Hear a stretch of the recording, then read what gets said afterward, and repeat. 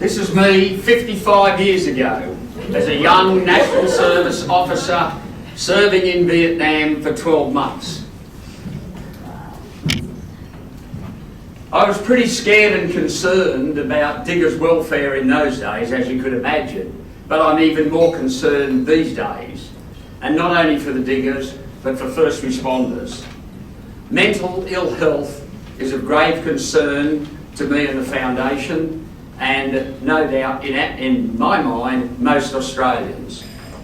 Australia is simply not looking after our first responders and military personnel as well as they should be. Suicides are exploding in number at a rapid rate. For our demographic, there is one suicide every 2 days in Australia. It's also estimated that for every one suicide, there are more than 30 attempted suicides. So the Lord only knows how many of our AMBOs, fireys, police and military are not coping with the trauma and in fact are self-harming. Additionally, for this demographic, those who are not suicidal, there are thousands and thousands who are suffering and struggling with PTSD and mental health issues in all sorts of other ways, not quite as bad as suicidal.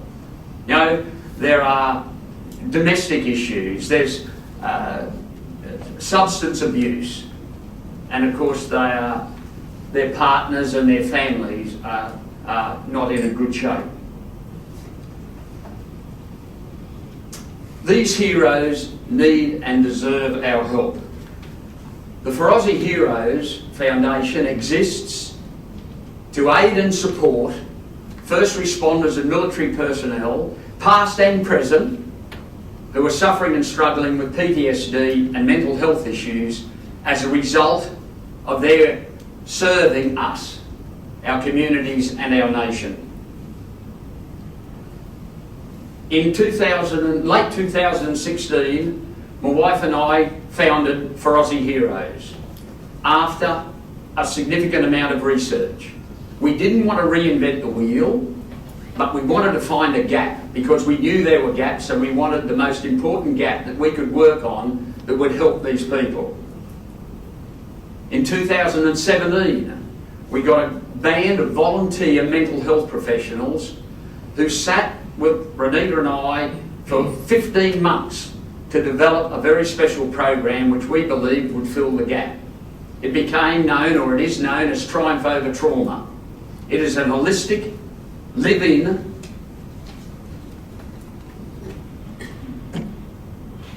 a live-in program which is about half evidence-based psychological interventions, and the other half is evidence-informed adjunct type sessions, and they will always be conducted in a calming and relaxed rural environment.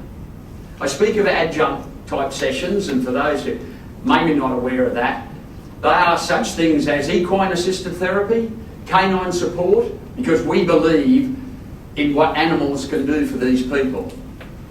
We have exercise physiology, nutrition and healthy eating, because we believe that it's easier to get in a greater space in your mind if you've got a healthy body.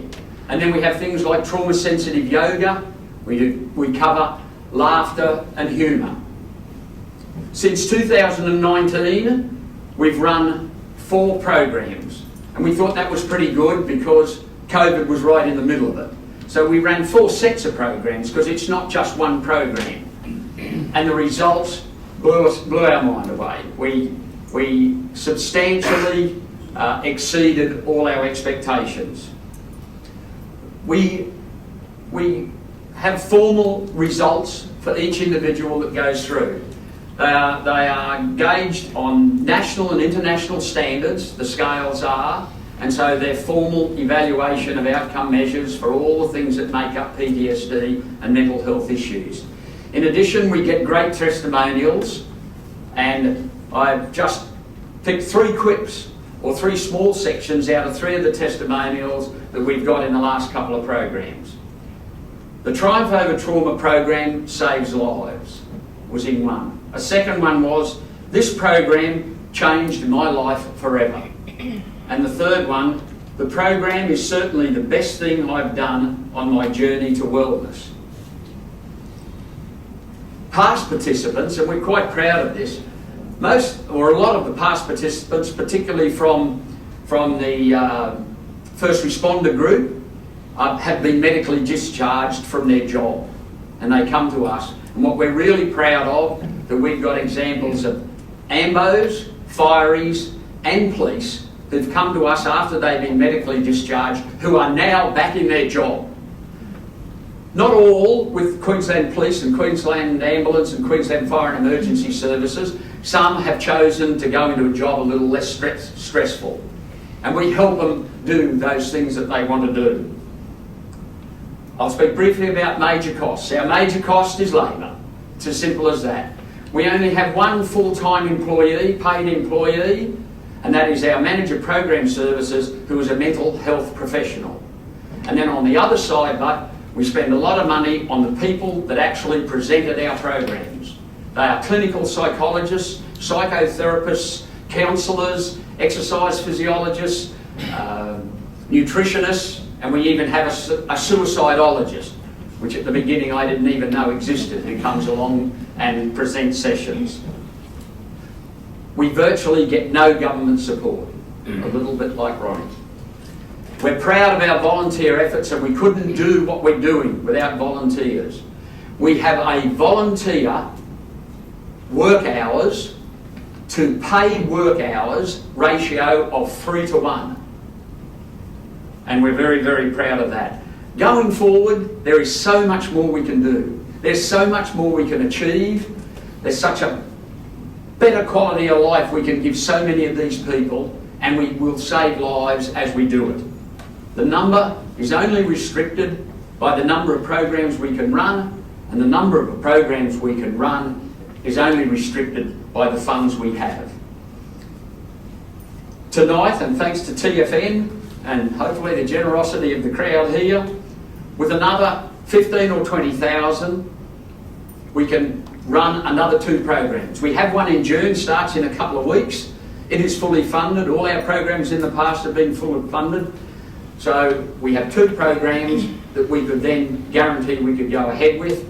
And if I dare to dream and we get 25, 30,000, we could run at least another one program. There'd be 3 or 4 programs at a start, so we'd be really on a roll. And that would affect not only the 40 or 50 lives of the participants. Partners come to part of our program, they benefit, and the family benefits, and their communities benefit. So there is a multiplier effect.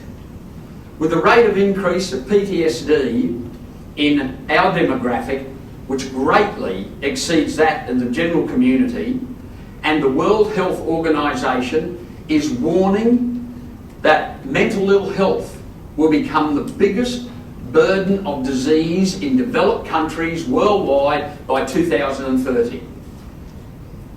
We badly need your help. Regardless of the amount that people might give tonight, donors can feel proud that in the knowledge that they've contributed to a great cause towards people that have really dedicated their life to serving us. Together, we can give first responders and military personnel the help and support that they need and deserve. Thank you.